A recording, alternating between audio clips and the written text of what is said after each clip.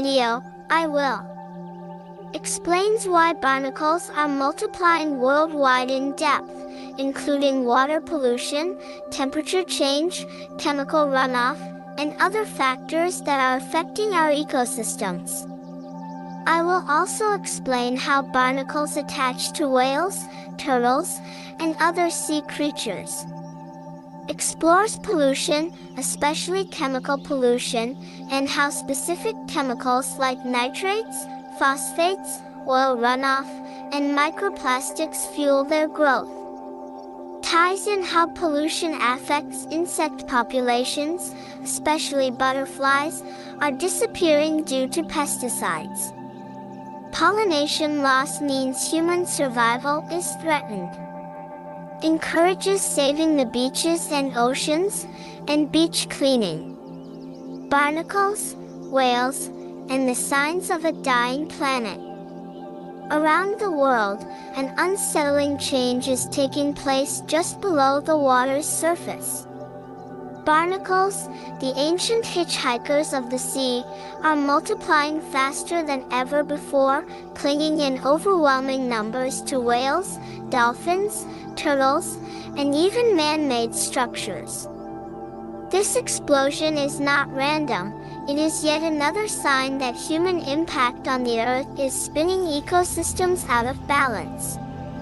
And if we do not act soon, the consequences will ripple through every level of life on Earth, from the smallest insect to the survival of humanity itself. Why are barnacles increasing? Barnacles are normally a natural part of marine ecosystems. They attach themselves to rocks, boats, whales, and sea turtles. However, several human-driven factors have triggered an unnatural population boom. Ocean warming, rising global temperatures have warmed the seas, creating ideal breeding conditions for barnacle larvae.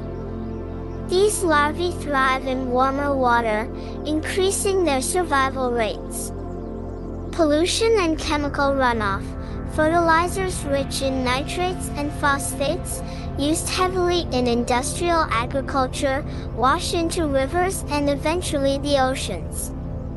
These chemicals trigger algal blooms, leading to dead zones where most marine life struggles to survive, but barnacle larvae feed on algae, and so they flourish. Oil spills and microplastics. Oil films and microplastic particles give barnacle larvae more surfaces to latch onto. The once clean water columns are now littered with man-made debris, providing barnacles with countless artificial footholds. Overfishing and loss of natural predators. Some fish species that preyed on barnacle larvae have been severely depleted by overfishing. Without these natural controls, barnacle populations soar. Together, these factors have disrupted the delicate balance that kept barnacle populations in check. How barnacles attach to whales and sea creatures. Barnacles use a natural, highly effective adhesive, one of the strongest glues known in the biological world, to attach themselves to surfaces. When a whale or turtle swims through a cloud of free-floating barnacle larvae, the larvae latch onto the creature's skin, shell, or even into scars and wounds.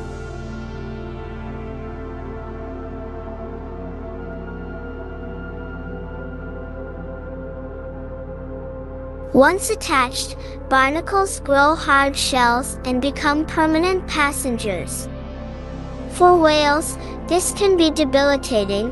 Barnacles create drag, making it harder to swim, hunt, and migrate. In severe cases, heavily encrusted whales suffer from infections, energy loss, and shortened lifespans. Sea turtles and dolphins also suffer, their shells and skin damaged under the weight of thick barnacle colonies. Barnacle overgrowth on sea creatures is a visible wound, a living reminder of the worsening state of the oceans. How pollution is fueling barnacle overgrowth. Pollution is not just making the seas dirtier, it is reshaping the chemistry of life. Nitrates and phosphates, these chemicals, found in fertilizers, are major contributors to ocean pollution.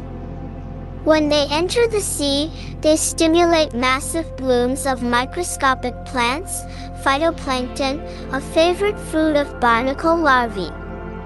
Oil and petrochemicals, oil spills and petrochemical runoff coat the surface of the ocean, providing larvae with sticky spots to attach to. Instead of floating away or getting eaten, the larvae find new homes everywhere.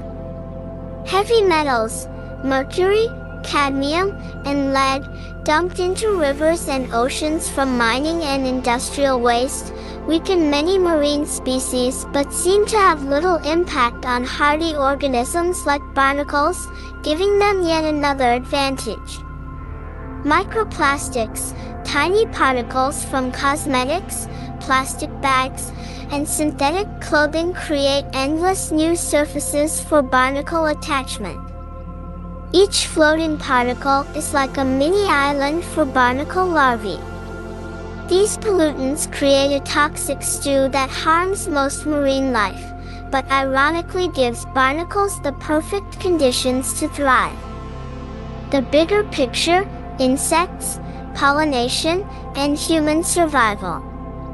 This imbalance isn't limited to the seas. On land, insect populations are crashing, especially butterflies, the delicate pollinators of many plants.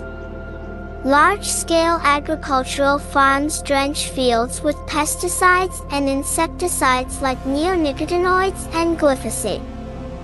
These chemicals are lethal to bees, butterflies, and other pollinators. Without these insects, plants struggle to reproduce. Crops like fruits, vegetables, and nuts depend on pollination. Without pollinators, global food production could collapse. In other words, if we continue poisoning the earth, we may soon face food shortages, mass extinctions, and the unraveling of life support systems that humanity itself depends on. The barnacle explosion in the oceans mirrors the butterfly disappearance on land, two sides of the same dying coin. Can we slow down the growth of barnacles? Saving whales and sea creatures from the burden of barnacle overgrowth requires direct and indirect action.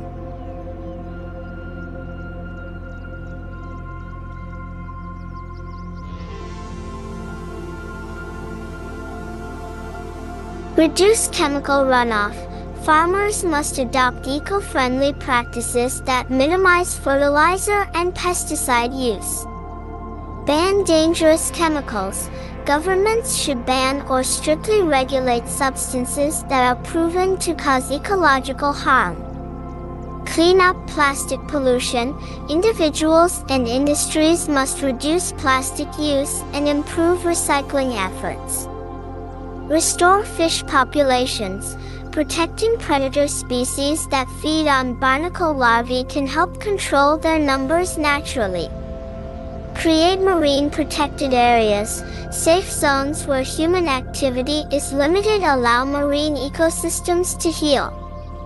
Ultimately, protecting the whales means healing the oceans, and healing the oceans requires healing the land. Saving our beaches, saving our world. At the end of this journey, hope remains. On beaches across the world, volunteers gather to pick up trash, clean oil spills, and protect nesting grounds for sea turtles.